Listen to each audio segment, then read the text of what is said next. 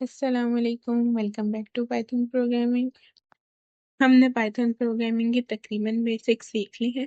आज हम अपना पहला मिनी प्रोजेक्ट सिंपल कैलकुलेटर बनाने वाले हैं। इसमें हम फंक्शंस, कंडीशन और यूजर इनपुट का यूज करेंगे।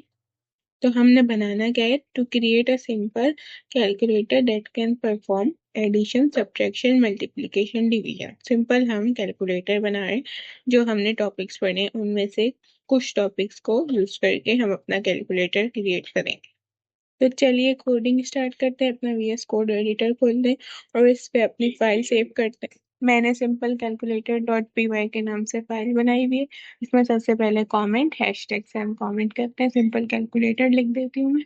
सिंपल कैलकुलेटर मैंने लिख दिया। अब हम क्या करते हैं, सबसे पहले कुछ फंक्शंस डिफाइन करते हैं। जो हमने फंक्शंस पढ़े थे, अब इसमें हम कुछ फंक्शंस डिफाइन करते हैं। तो हमें एडिशन, सब्ट्रैक्शन, मल्टीप्लिकेशन और डिवीजन चाहिए। तो हम 4 फंक्शन डिफाइन करते हैं। सबसे पहले ऐड नाम का फंक्शन डिफाइन कर रही हूँ। उसमें हम 2 पैरामीटर्स लेंगे, ए बी, कॉलन लगाएंगे और नीचे हम लिखेंगे रिटर्न ए प्लस बी। अब ये हमारा फंक्शन क्या कर रहा होगा, हमें जो है 2 नंबर्स वहां से भेजेंगे, उनका एडिशन रिटर्न कर रहा होगा। अगर हमने एडिशन कराना है कैलकुलेटर में, तो इस फंक्शन को कॉल करेंगे। फिर एक और बनाती हूँ, डी ई एफ डिफाइन किया है। सब्ट्रैक्ट नाम लिखते हैं या सब भी लिख सकते हैं। 2 पैरामीटर्स देंगे इसमें भी, और ये उनका हमें रिटर्न क्या करेगा, ए माइनस बी। तो ये लिख देते हैं। सब्ट्रैक्ट फंक्शन है ये, जो पहले नंबर में से दूसरा नंबर माइनस करके हमें देगा। फिर हमारे पास मल्टीप्लिकेशन आती है। मल्टीप्लाई नाम का फंक्शन डिफाइन कर रही हूँ। इसमें भी 2 पैरामीटर्स देते हैं, ए और बी। और यहाँ पे ये मल्टीप्लाई फंक्शन दोनों का जो है मल्टीप्लिकेशन हमें रिटर्न करेगा। तो रिटर्न में लिखेंगे ए स्टेरिक बी, यानी ए मल्टीप्लाई बी रिटर्न करें। अब डिवाइड का फंक्शन थोड़ा सा स्पेशल होगा, क्योंकि हमारे पास कंडीशन आती है। इसमें भी 2 पैरामीटर्स दिए हैं, ए बी। तो कंडीशन हम इसमें लगाएंगे, if B not equals to 0। अगर बी नॉट इक्वल्स टू 0 है, तब ही हमारे पास उनका डिवीजन रिटर्न करे। क्यों? क्योंकि अगर हमारे पास बी 0 आ गया और 1 से 0 हमने डिवाइड कर दिया कोई भी नंबर से, तो हमारे पास प्रोग्राम जो है फौरन टर्मिनेट हो जाता है, क्रैश हो जाता है। तो उससे बचने के लिए हमने कंडीशन लगा दी, if B not equal to 0, B की वैल्यू 0 नहीं होनी चाहिए, क्योंकि बी हमारा दूसरा नंबर है जो डिवीजन में आता है, और वो कभी भी 0 नहीं होना चाहिए। फिर हम एल्स की कंडीशन में लिखते हैं, अगर है 0 तो फिर वो एल्स वाली कंडीशन में आएगा और रिटर्न कर देगा। कुछ भी लिख देते हैं हम, एक स्ट्रिंग का मैसेज रिटर्न कर देते हैं, एरर डिवीजन बाय 0। अब यहाँ पे ये फंक्शन थोड़ा स्पेशल है, क्योंकि हमें चेक करना था कि डिनोमिनेटर 0 तो नहीं है। अगर डिनोमिनेटर 0 होगा तो एरर मैसेज देगा, वरना नॉर्मल डिवीजन करके हमें रिटर्न कर देगा। तो ये इस तरह हमने 4 फंक्शन बना लिए, एडिशन का, सब्ट्रैक्शन का, मल्टीप्लिकेशन का, डिवीजन का। अब हमारा अगला स्टेप है मेन्यू डिस्प्ले। अब हमें कुछ डिस्प्ले भी तो करवाना है आउटपुट पे, ताकि हमारे पास यूजर जो है उसको पता चले कि वो कैलकुलेटर यूज कर रहे हैं। तो उसको हमने कौन कौन से फंक्शन दिए हैं। हम पहले प्रिंट में सिंपल कैलकुलेटर लिखते हैं। फिर अगला प्रिंट, क्योंकि हमने अगली लाइन लगानी है, या तो इसके सीक्वेंस स्लैश एन भी यूज कर सकते हैं। अगले प्रिंट में मैं लिख रही हूँ स्ट्रिंग में 1 डॉट ऐड। फिर अगले प्रिंट में लिख रही हूँ 2 डॉट सब्ट्रैक्ट। फिर 3 में मल्टीप्लाई, 4 में डिवाइड। तो इसमें हमने क्या किया है, प्रिंट होगा हमारे पास कैलकुलेटर मेन्यू, यानी कैलकुलेटर में हमारे पास सबसे पहले ऐड है, सब्ट्रैक्ट है, मल्टीप्लाई है, डिवाइड है, ताकि यूजर को समझ आए कि वो कौन सी ऑपरेशन चूज कर रहे हैं। जब वो चूज कर लेगा इनमें से जो हमने इसको मेन्यू डिस्प्ले करवाएंगे, तो फिर वो उसी में हमें लेके जाएगा। उसके अलावा अगर उसने ऐड चूज किया तो उसको एडिशन मिलेगा, वरना जो भी चूज करेगा उसको वो मिलेगा। इसलिए हम मेन्यू डिस्प्ले करा रहे हैं। फिर हमारा तीसरा स्टेप आ जाता है यूजर इनपुट का।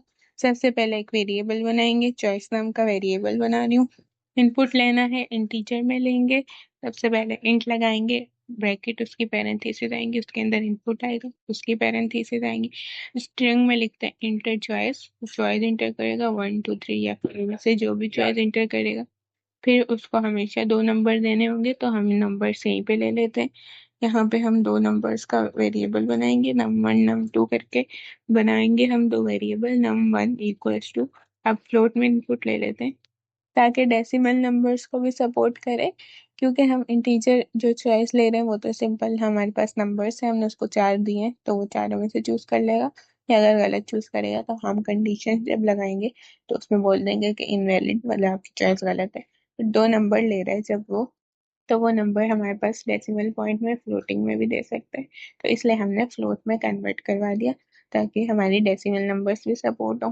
फिर हमने बोला है फ्लोट में इनपुट इंटर फर्स्ट नंबर, फिर बोला है हमने नंबर 2 इक्वल्स टू फ्लोट, इसके पैरेंथेसिस इनपुट, फिर इनपुट में हमने लिए सेकंड नंबर।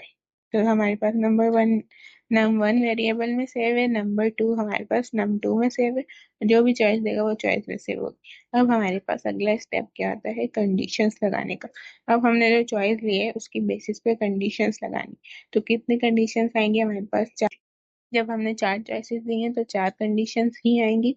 तो इसके लिए हम इफ यूज कर लेते हैं, इफ एलिफ एल्स का स्ट्रक्चर यूज कर लेते हैं। सबसे पहले हम लिखेंगे if choice equals to double equal आएगा वन, पहले हम वन चॉइस में ले रहे हैं, वन मतलब ऐड है तो हमें जो है प्रिंट करना है रिजल्ट, यानी रिजल्ट में अब यहाँ पे हमने जो फंक्शन बनाए ऊपर उसमें से ऐड को कॉल करेंगे, और नंबर वन नम वन में सेव है तो हम नम वन भेजेंगे पेरेंथेसिस में, फिर num2 भेजेंगे तो वो ए बी में जाके कॉपी होगा और हमें रिटर्न होगा उसका एडिशन। तो हमारे पास यहाँ पे उसका एडिशन प्रिंट हो जाएगा, हम डायरेक्ट प्रिंट करा रहे हैं, या एक वेरिएबल में स्टोर करके भी प्रिंट करवा सकते हैं, पर हमें डायरेक्ट करवाना है क्योंकि हमारा कोई सेव करने का इतना मसला नहीं है।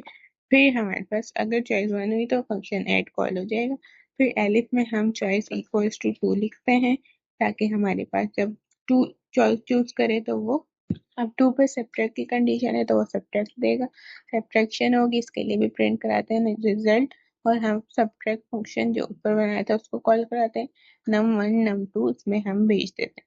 फिर हमारे पास जब सब्ट्रैक्शन वाले चॉइस टू है वो चूज होगी तो सब्ट्रैक्शन हो जाएगा। फिर एलिफ एक और यूज होगा तो हमने चॉइस इक्वल टू थ्री है, अब यहाँ पे हमारे पास अगर एलिफ में चॉइस थ्री उसने चूज की तो यहाँ आएगा। फिर यहाँ पे मल्टीप्लिकेशन वाली कंडीशन है हमने उसको दी है थ्री में, तो मल्टीप्लाई फंक्शन कॉल करेंगे रिजल्ट कॉमा मल्टीप्लाई, और हमारे पास num1 num2 हम पैरेंथेसिस में भेज देंगे उसको पैरामीटर्स, तो वो जाके ए बी में होंगे और उनका मल्टीप्लिकेशन रिटर्न होगा, तो यहाँ पे वो प्रिंट हो जाएगी। फिर चॉइस थ्री हो जाएगी तो मल्टीप्लिकेशन हो जाएगी। अब चॉइस फोर पे आ जाते हैं जो थी हमारी डिवीजन की, इसमें भी सेम हम कर देंगे, चॉइस इक्वल्स टू फोर कर देंगे और डिवीजन का जो डिवाइड हमने बनाया था वो कॉल कर लेंगे, चॉइस फोर हुई तो हमारे पास डिवीजन हो जाएगी। अब एक और एल्स में क्या लिखते हैं हम, कि अगर उसने कोई और चॉइस दे दी या तो फाइव दे दी या कोई भी वन से फोर तक के अलावा दे दी, तो उस एल्स में आ जाएगा वो डायरेक्ट और प्रिंट कर देगा कि इनवैलिड चॉइस। तो एल्स में हमने लिख दिया प्रिंट इनवैलिड चॉइस स्ट्रिंग में, तो ये अगर गलत इनपुट दिया यूजर ने तो प्रिंट कर देगा प्रोग्राम में इनवैलिड चॉइस। तो एक बार दोबारा देखते हैं, सबसे पहले हमने फंक्शन डेफिनेशन का स्टेप किए थे, चार function add subtract multiply divide के हमने जो है डिफाइन किए थे सबको, सब हमें रिटर्न करें, एडिशन हमें एडिशन रिटर्न करेगा, सब्ट्रैक्शन रिटर्न करेगा सब्ट्रैक्ट जो बनाया है, फिर मल्टीप्लिकेशन मल्टीप्लाई फंक्शन रिटर्न करेगा, और डिवीजन जो हमने डिवाइड फंक्शन डिफाइन किया है वो रिटर्न करेगा, और अगर हमने जीरो दे दी तो वो रिटर्न कर देगा कि एरर डिवीजन बाय जीरो। फिर हमने सिंपल जो है एक हमारे पास जो है मेन्यू था वो हमने प्रिंट कराया सिंपल कैलकुलेटर का, उसको चार ऑप्शन दिए कोई भी चूज करे, फिर हमने जो है चॉइस लिया उससे, इंटीजर में इनपुट लिया है, num1 में फ्लोट में इनपुट लिया है, num2 में इनपुट लिया है, फिर हमने आगे कंडीशंस लिखी हैं ताकि उसकी चॉइस की बेसिस पे, क्योंकि चॉइस में वो दे रहा है चॉइस, तो चॉइस में वन टू थ्री या फोर आएगा या तो कोई और इनवैलिड आएगा। वन होगी तो जो नंबर्स उसने दिए होंगे उनका एडिशन आ जाएगा, टू होगी तो सब्ट्रैक्शन, थ्री होगी तो मल्टीप्लिकेशन, फोर होगी तो डिवीजन आ जाएगा, और ना कोई और होगी तो इनवैलिड चॉइस आ जाएगा। अब हम इन सबको रन करके देखते हैं, हमारा सिंपल कैलकुलेटर का मिनी प्रोग्राम बन गया। तो जिस तरह हमने बोला था पहले सबसे पहले मेन्यू प्रिंट होगा, वही इसने प्रिंट करके दिया है, अभी हमसे चॉइस पूछ रहा है तो हम इसको कोई भी चॉइस दे के देखते हैं। सबसे पहले हम थ्री दे देते हैं, दो नंबर मांगे गए हमसे, सबसे पहले एक नंबर मांग रहे हैं इंटर फर्स्ट नंबर, हम इसको कोई भी दे देते हैं पॉइंट वैल्यू, फिर हम इसको सेकंड नंबर ऐसे सिंपल इंटीजर दे देते हैं। तो इसने हमें दे दिया है उनका रिजल्ट प्रिंट करके, जो कि हमारी मल्टीप्लिकेशन थी 7.9 को 5 से मल्टीप्लाई करके 39.5 इसने हमें आंसर दे दी।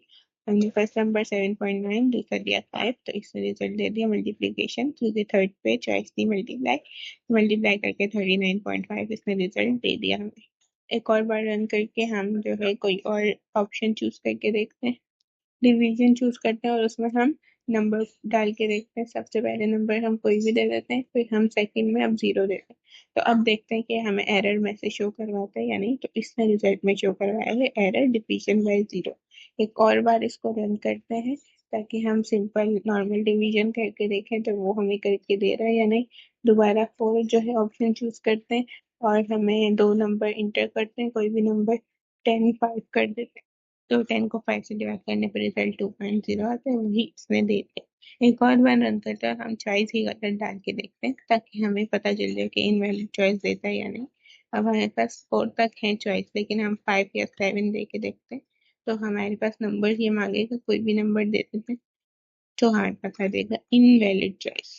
तो हमने देख लिया, जैसे ही प्रोग्राम रन किया तो मेन्यू आ गया, फिर नंबर्स इंटर कर रहे हैं तो जो भी चॉइस है उसकी बेसिस पे हमें रिजल्ट मिल रहा है। एडिशन का एडिशन, मल्टीप्लिकेशन डिवीजन सब मिल रहा है। इस तरह हमारा ये सिंपल कैलकुलेटर बन गया है हमारा मिनी प्रोजेक्ट की तरह।